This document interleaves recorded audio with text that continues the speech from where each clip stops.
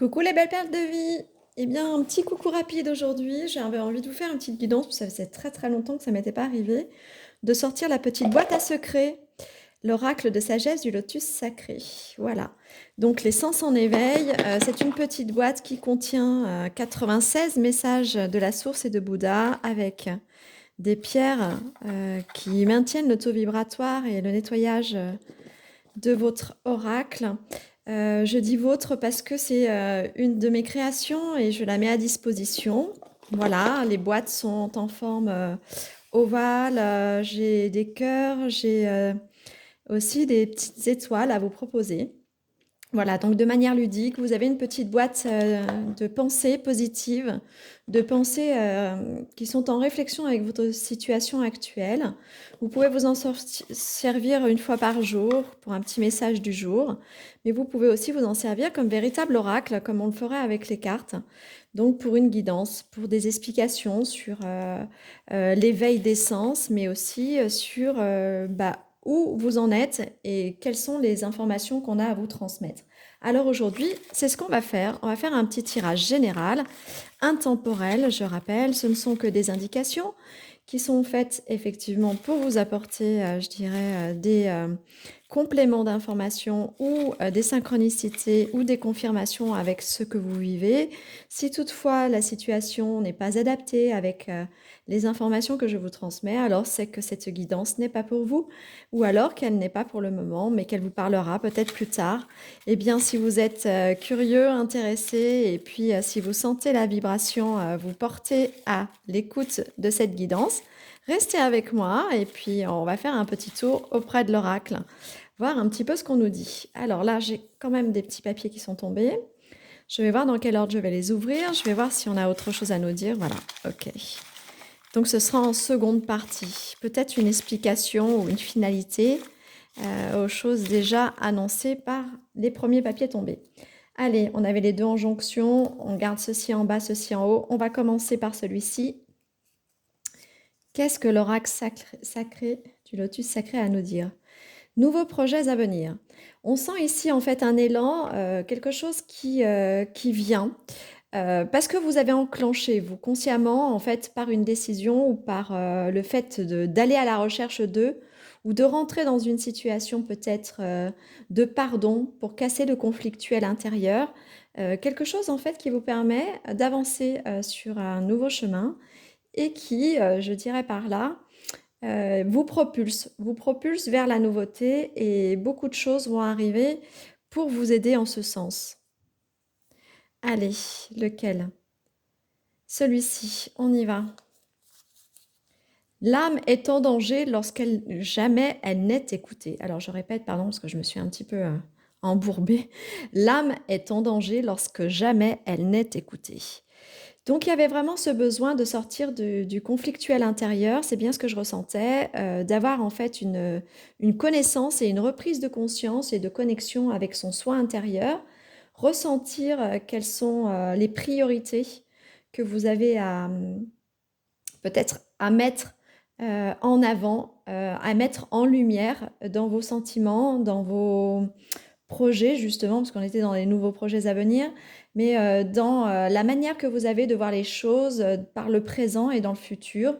Peut-être quelque chose ici qui demande à balayer le passé. Alors le balayer tout en bien sûr ayant la conscience que le passé reste quelque part une marque indélébile de ce que l'on peut être aujourd'hui, ou on peut le transmuter aussi pour essayer de transformer ce qui était par le passé une partie de soi, qui puisse devenir une nouveauté vers quelque chose de très instructif pour le lendemain. Voilà, allez, on va aller prendre celui-ci maintenant. Qu'est-ce qu'on a à nous dire? Sagesse. Oui, vous rentrez lorsque vous êtes dans cette connexion avec votre âme, avec les sentiments profonds qui sont les vôtres, de savoir véritablement ce vers quoi vous voulez aller, ce que vous ressentez véritablement, et ce qui, dans l'honnêteté, l'intégrité profonde entre vous-même et l'extérieur. Alors quand j'entends l'extérieur, ça peut être l'entourage, ça peut être l'humain, ça peut être le matériel, ça peut être votre environnement, votre logement, ça peut être aussi votre travail, mais ça peut être aussi ce que d'autres appellent le divin. Peu importe, lorsque vous communiez avec vous-même, vous avez aussi cette tendance à rentrer dans la même communication avec l'extérieur. Cette communication-là, qu'elle soit intérieure ou extérieure, elle nécessite une profonde intégrité pour pouvoir rentrer dans une sagesse profonde, d'être honnête avec soi-même sur ce que l'on souhaite de sa vie, sur ce que l'on souhaite à proprement dit, voir évoluer ou voir changer en fait, hein. Allez, celui-ci. Réussite totale. Il y a vraiment quelque chose dans ces nouveaux projets qui sont menés avec une profonde sagesse, une profonde connexion avec son soi intérieur, avec ses propres envies, sa véracité, son intégrité. Et on vous assure en fait la réussite dans ce que vous allez entreprendre là. Je ressens beaucoup quelque chose et d'amoureux et quelque chose, alors amoureux, il y a aussi familial, mais il y a de l'extra-familial, plutôt dans une notion de reconversion. Il y a une reconversion peut-être professionnelle, une reconversion de situation à laquelle vous vous attendiez peut-être pas, mais qui avait été un appel intérieur à voir les choses différemment et à les envisager différemment. Et bien là, c'est une réussite aussi pour votre développement personnel. C'est une réussite vers laquelle, je dirais, l'âme, elle aussi, s'épanouit en fait. Donc il y a vraiment quelque chose de l'ordre du travail, certainement. Euh, alors si vous êtes, comme je le dis régulièrement ici, ou des artistes ou des thérapeutes, mais quelque chose qui va évoluer, peut-être une méthodologie que vous utilisez jusqu'à maintenant, que vous voulez voir, vous approprier vous-même, qui soit votre propre méthodologie et non pas une de celles que vous auriez apprises. Il y a vraiment cet ordre-là, en fait. Il y a l'âme qui propulse l'idée du mouvement et qui permet la réalisation et la réalisation du soi. Là, on a l'âme sœur, la flamme jumelle et le parèdre. Moi, j'avais vraiment ce sentiment tout à l'heure de quelque chose d'amoureux, de familial. Donc, il y a vraiment ça, il y a une rencontre. On l'a vu là dans la dernière guidance, justement, que je vous propose de visionner sur la guidance amoureuse, la guidance sentimentale. Il y a vraiment cette proximité là vraiment à la rencontre. Et ce sera vraiment une rencontre importante avec beaucoup de maturité, avec beaucoup de connectivité. Sans même se dire un mot, on est dans cette osmose, cette singularité dans l'amour à s'aimer vraiment sans avoir besoin de l'exprimer, mais pourtant rien que d'être ensemble, on l'exprime cet amour en fait. C'est comme si il existait pleinement d'être à deux.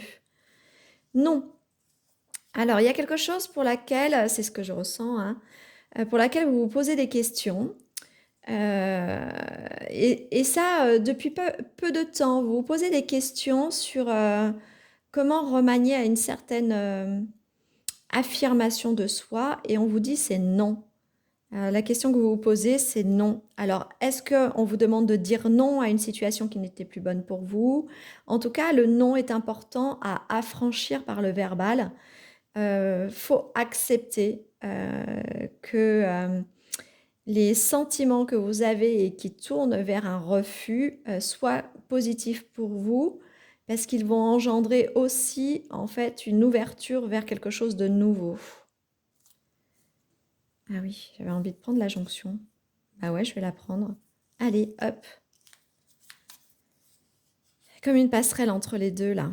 La nourriture de ton être se voit plus lumineuse. Oui, c'est ça en fait, lorsque vous dites non, quand vous apprenez à ce que le non vienne transformer, déjà, l'autre reçoit le non comme une affirmation véritable.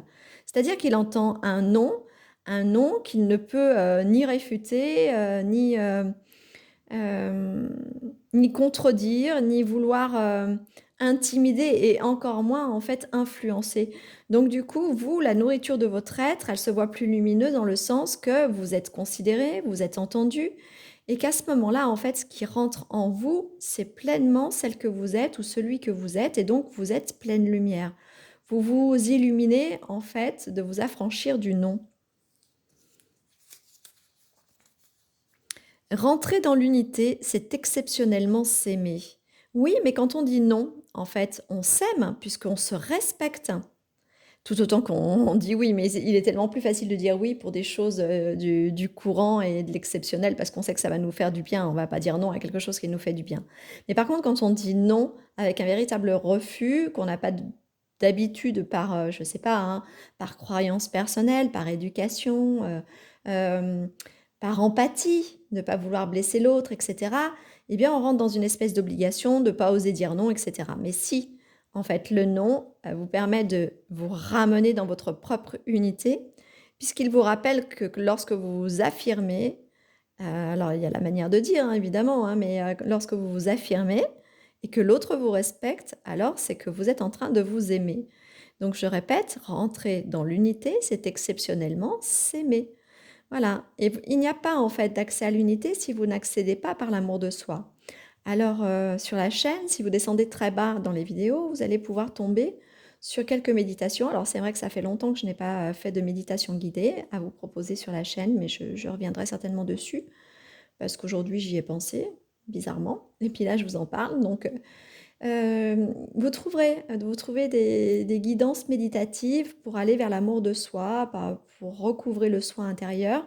Ce sont des méditations d'une dizaine, une quinzaine de minutes qui font, ce type d'exercice ou ce type de relaxation de bien-être où les choses entrent en communication, de manière consciente et inconsciente. Donc n'hésitez pas à les faire. À mon avis, il y a forcément une raison pour que ça ressorte ici, en tout cas, c'est à votre service et c'est du libre service aussi. Donc n'hésitez pas à les regarder. La chance.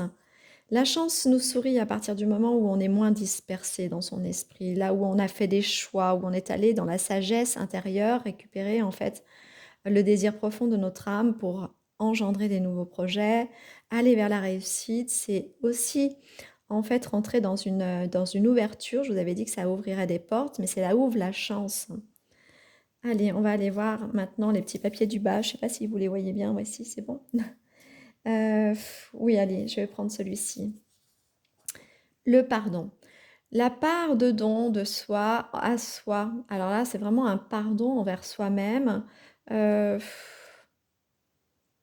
il y a beaucoup de résonance en lien avec la mère ici.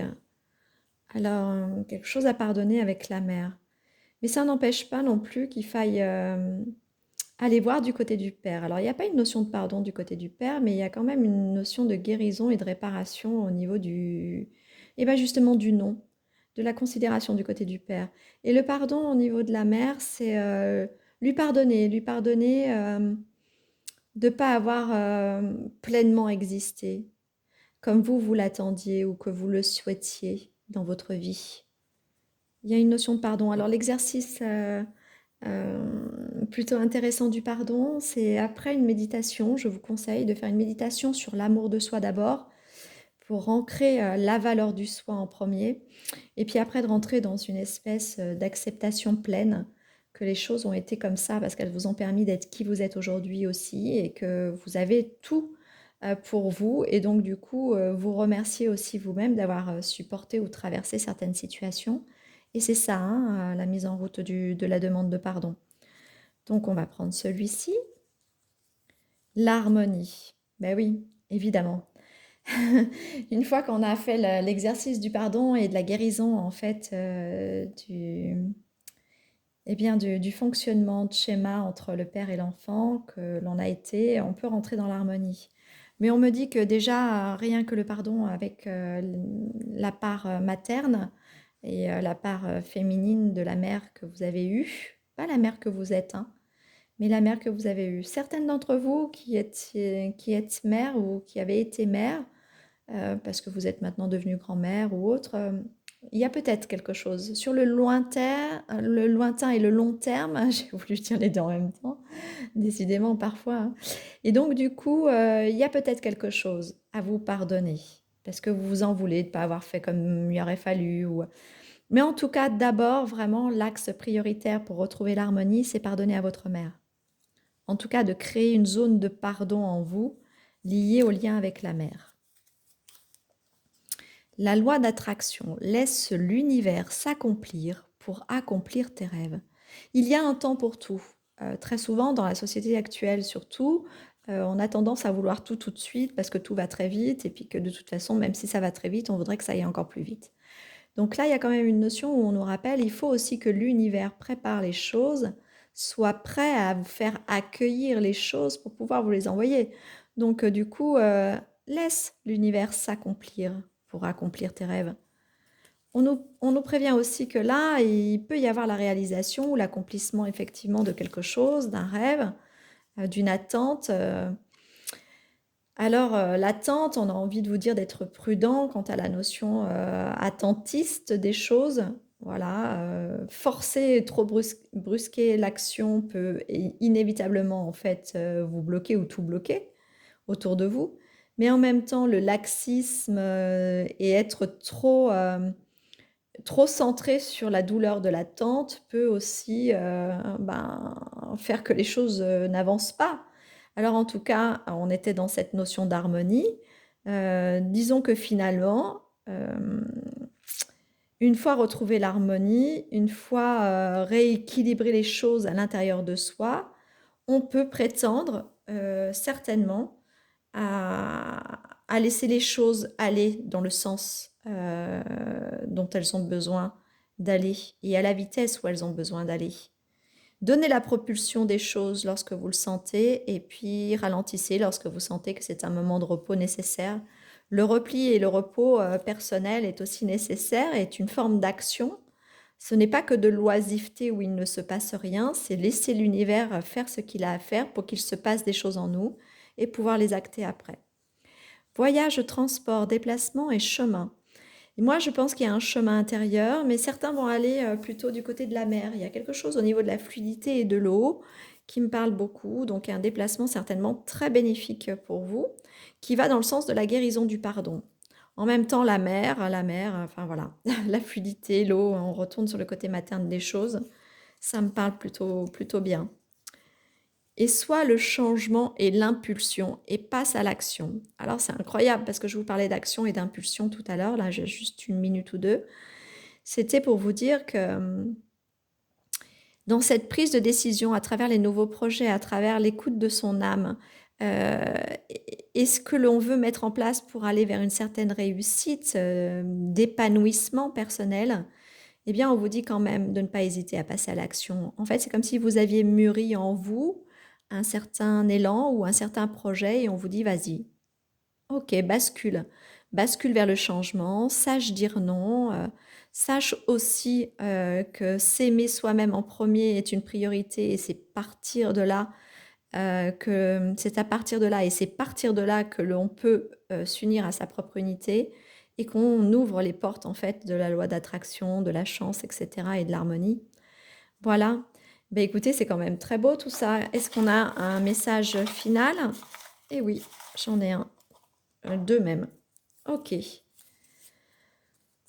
Vois, vis, entends et tu sauras. Oui, voilà, c'est lorsque l'on est dans le moment présent, on est dans un espèce de lâcher-prise qui n'est pas conscientisé, mais qui est accepté, qui est acté. C'est une forme d'action, comme je disais tout à l'heure. Euh, Quand on est dans l'oisiveté, c'est pas, enfin, quand on est dans le repos, on n'est pas dans une oisiveté qui est de l'ordre de la fainéantise ou de oh là là, te rends compte, j'ai rien fait depuis 2 jours ou depuis 3 jours. Non, en fait, ton âme te permettait de te poser pour mieux voir, pour mieux vivre, pour mieux entendre et pour mieux savoir. Savoir ce qui est juste, connaître ta vérité intérieure, connaître une certaine vérité à travers peut-être même là, prendre le temps à travers les réseaux sociaux de s'informer de certaines choses qu'on n'aurait pas pris l'habitude ou qu'on n'aurait pas pris le goût en fait et certainement le temps de pouvoir le faire et qui va connecter quelque chose avec vous et vous révéler, en fait, à travers la révélation, vous apporter des éléments qui peuvent aussi réveiller quelque chose en vous. Et le chakra racine, donc là, on vous dit, c'est aussi tout ça, c'est aussi une manière de s'enraciner, de s'ancrer au mieux pour pouvoir mieux vivre son épanouissement et aussi eh bien, aller vers ses vrais projets. Voilà, mes chers amis, si vous êtes intéressés par ce bel oracle, n'hésitez surtout pas à me demander sur ma boîte mail les modalités pour pouvoir le réceptionner, pour le recevoir. Il est Donc, comme je l'ai dit, rempli de 96 messages de la source et de Bouddha, canalisés par mes soins et avec des pierres à l'intérieur. Donc, sélénite, c'est cristal de roche et il est badigeonné en fait d'un élixir de plantes qui vient révéler toute la vibration parfaite des énergies des messages. Voilà, je vous dis à très très bientôt. J'espère que ça vous aura plu, ce petit format rapide. Je vous souhaite une magnifique journée et puis soyez toujours très proche de vous-même autant que des autres et prenez soin de vous. À bientôt.